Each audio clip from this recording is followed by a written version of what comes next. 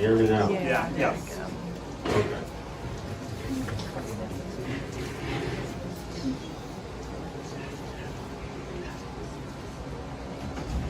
I don't even know if I need my message now. You guys have been so full of praises, and it's awesome. Maybe Craig and I can just retire now. Okay, you retired. We're good. You can go home now. So, last week I started with Samson. This week I'm going to be continuing with Samson.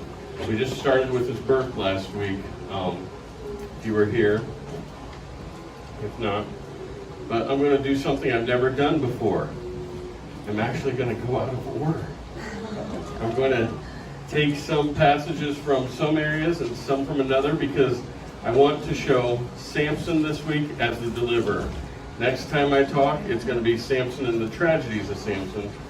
But this week we're going to avoid that. We're just going to talk about the deliverer.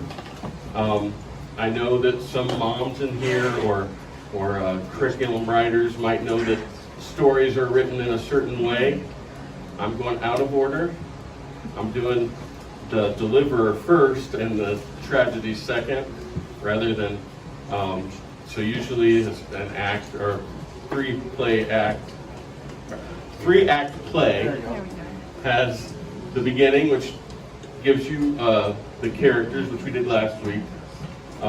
Then the second week is the tragedies or the downfall, and then the third week is the deliverer. Well, I'm talking about him as a deliverer of Israel this week because I'm the kid that read at the end of the book before I started. Is this book worth it? I want to know. So you're going to experience it my way of thinking. So last week we talked about Samson's mother. She was a barren woman. She was visited by a messenger who told her that her son was going to be born and raised as a Nazarite to deliver Israel from the Philistines. The father, Manoah, wanted to lead his son in the way he should go. These are just the things, the overview from last week that I wanted to share. And then at the end, Samson was born. We're going to start in Hebrews 11, 32 through 40. Again, that's Hebrews 11, verses 32 through 40. And what more shall I say? For the time would fail me to tell of Gideon and Barak and Samson and Jephthah, also of David and Samuel and the prophets, who through faith subdued kingdoms, worked righteousness, obtained promises, stopped the mouths of lions, quenched the violence of fire, escaped the edge of the sword, out of weakness were made strong, became valiant in battle, returned to flight the armies of the aliens. Women received their dead raised to life again. Others were tortured, not accepting deliverance, that they might obtain a better resurrection. Still others had trial of mockings and scourging, yes, and of chains and imprisonment. They were stoned, they were sawn in two, were tempted, were slain with the sword. They wandered about in sheepskins and goatskins, being destitute, afflicted, tormented, of whom the world was not worthy. They wandered in deserts and mountains and dens and caves of the earth. And all these, having obtained a good testimony through faith, did not receive the promise. God, having provided something better for us, that they should not be made perfect apart from us.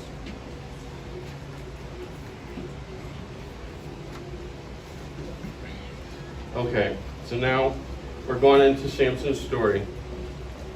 We're going to start in Judges 14, 1 through 7.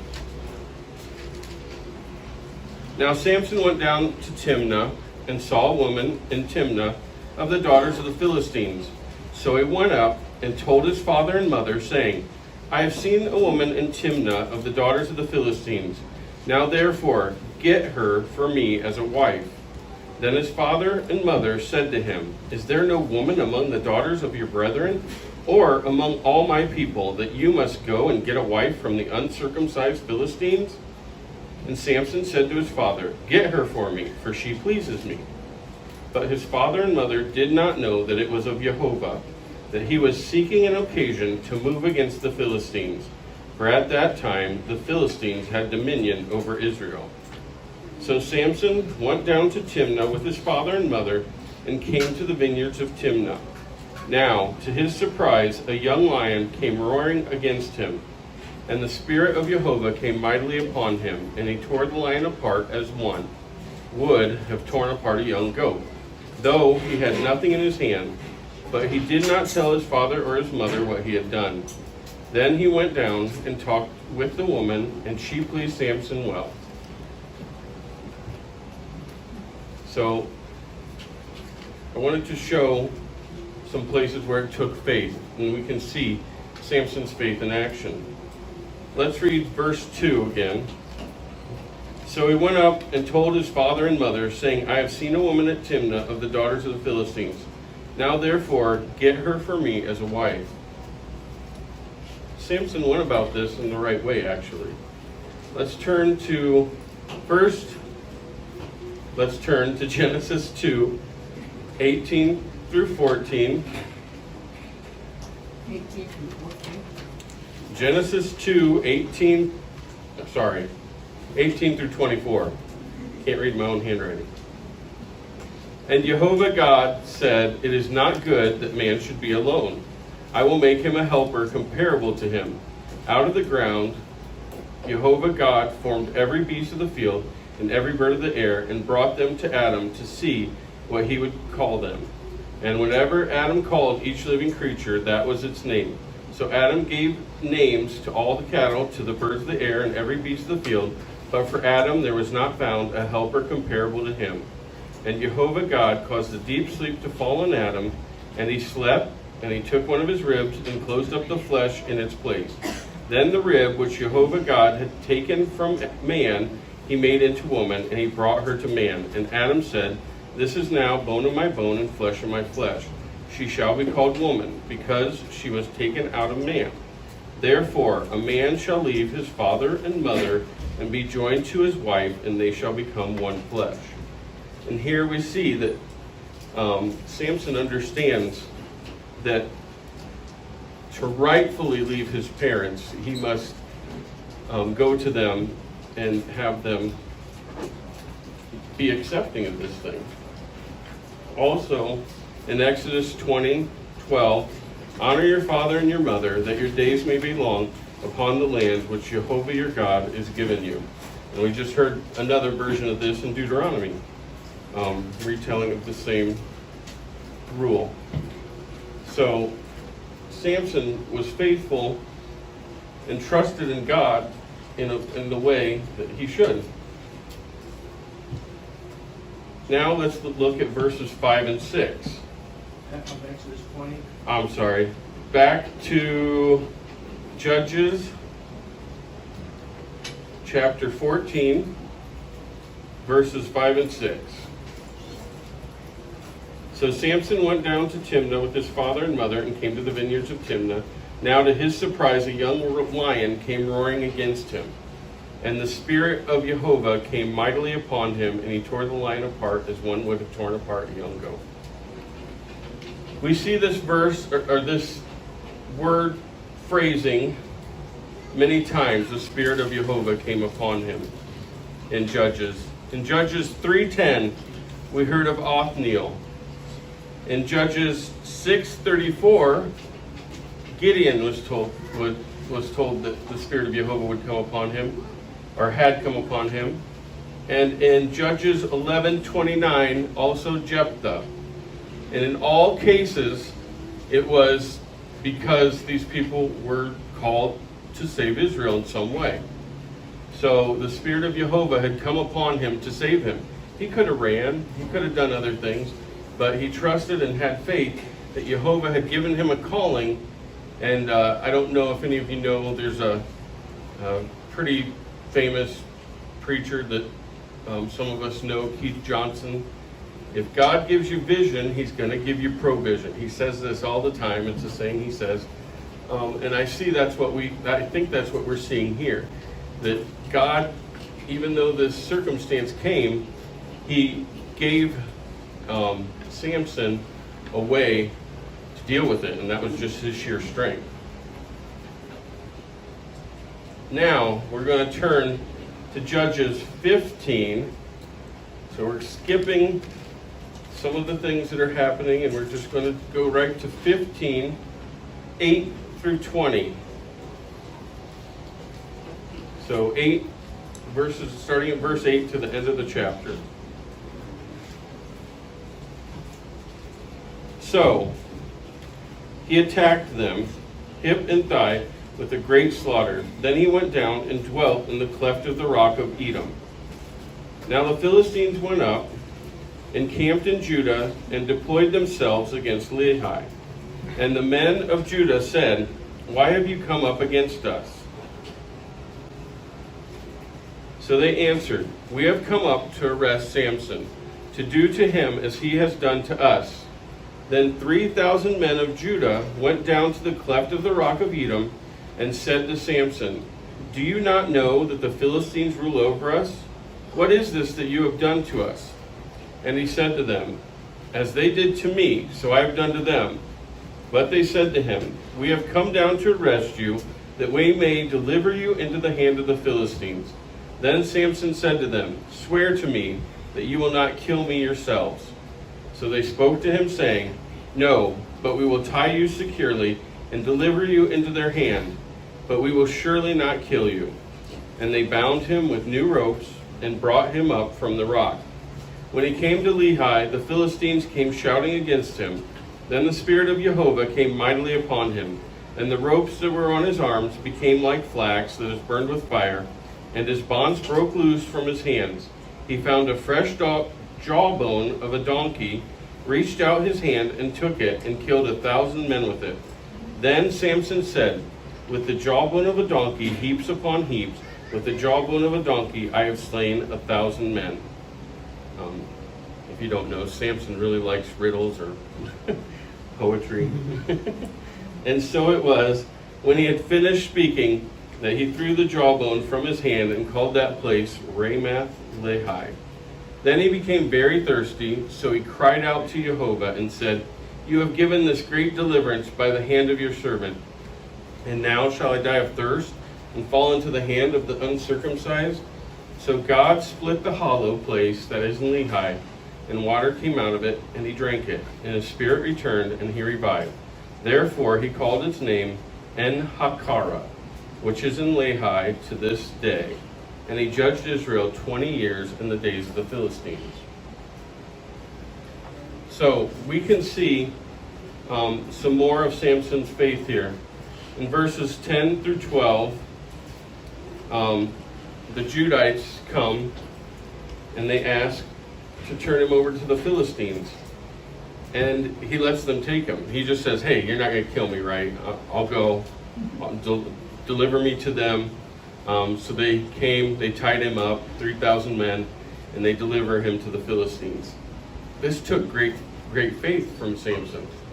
I mean, he had to trust that his fellow men wouldn't kill him, and also that they would go and just deliver him to the Philistines. And to be delivered to the Philistines, whom he had just attacked, we'll talk about that more next time, sorry.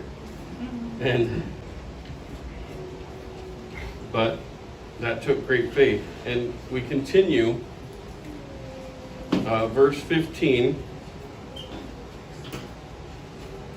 He found a fresh jawbone of donkey, reached out his hand. Is that?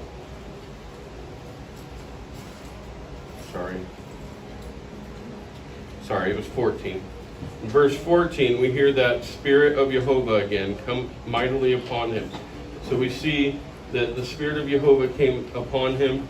He killed 1,000 men with a donkey bone. I thought this was very reminiscent of another story we heard earlier in Judges. Judges 3:31 talks about a man named Shamgar, and he killed 600 people with an ox goad. I think we can see a little bit of similarities in that story. But in verse 18, he does something. He cries out to Jehovah. We've seen many leaders fail to do this before they go into battle. We've seen Joshua at Ai. He forgot to call upon the Lord. He went and thought it was going to be a simple battle and lost. We've seen other examples of this where they forget to call upon the Lord. Some people might see this and say, look, he's whining like the Israelites in the wilderness. But he wasn't crying out to man. He wasn't crying out to Moses. He cried out to God. And we need to remember that in our times of despair or loneliness, to go to God first. Sometimes it's hard to remember that in our life where we have so many things and so many ways to just go. We don't want to bother God, right? Well, no, that's exactly what he wants. I don't know if some of you have children, some of you not yet, but when my children go to their brother or sister because they have a problem, that's pretty hard as a parent. I want them to come to me first. I want them to trust me. And that's how we have to be with God. Don't go to Moses or to Mary, or as some people go to, or any of these other things. Remember, Jehovah wants to hear from you. We need to cry out to him. But then he cries out to him, and God hears him, and he fills this hollow. It becomes a spring, a live spring. And Samson calls the name of that spring En Hakora, which means spring of one calling. So in the meantime, Samson's captured by the Philistines and blinded, and we're picking up at Judges 16, 23 through 31.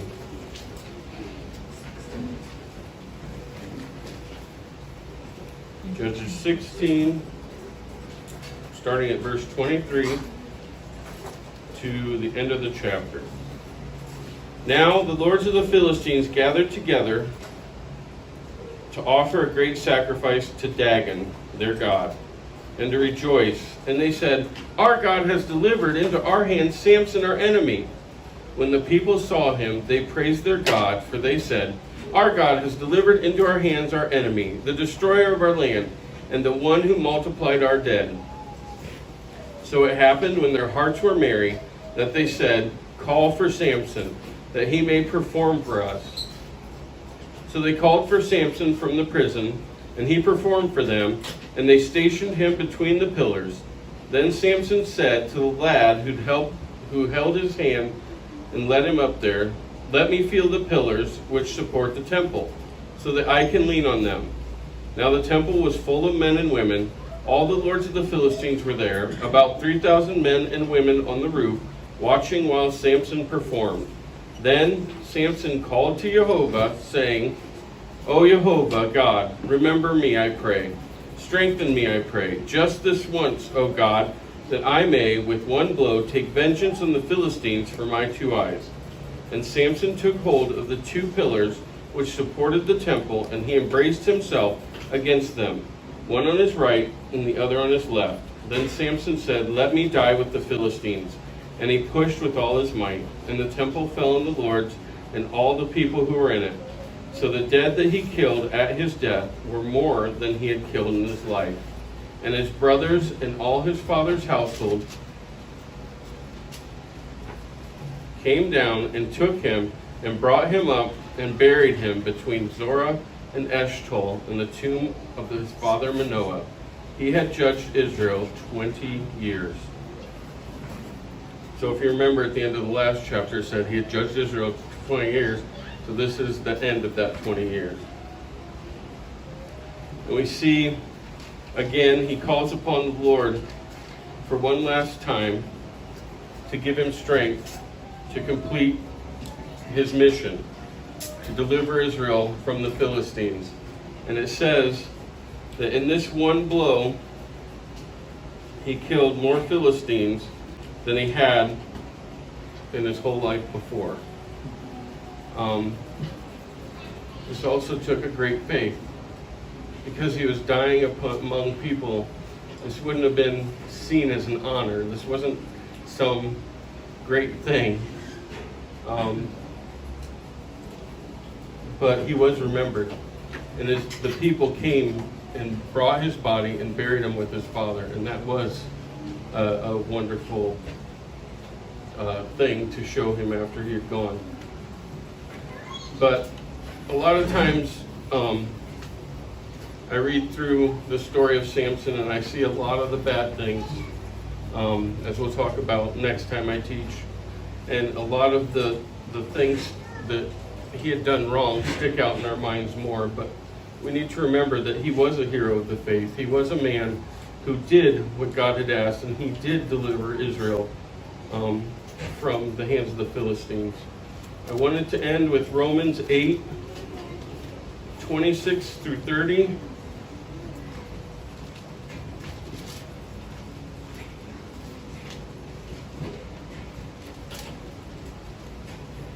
Romans 8, 26 through 30. Likewise, the Spirit also helps in our weaknesses. For we do not know what we should pray for as we ought, but the Spirit himself makes intercession for us, with groanings which cannot be uttered. Now he searches the hearts, knows the mind of the Spirit is, because he makes intercession for the saints according to the will of God. And we know that all things work together for good to those who love God, to those who are called according to his purpose. For whom he foreknew, he also predestined to be conformed to the image of his Son, that he might be the firstborn among many brethren. Moreover, whom he predestined, these he also called. Whom he called, these he also justified. And whom he justified, these he has also glorified.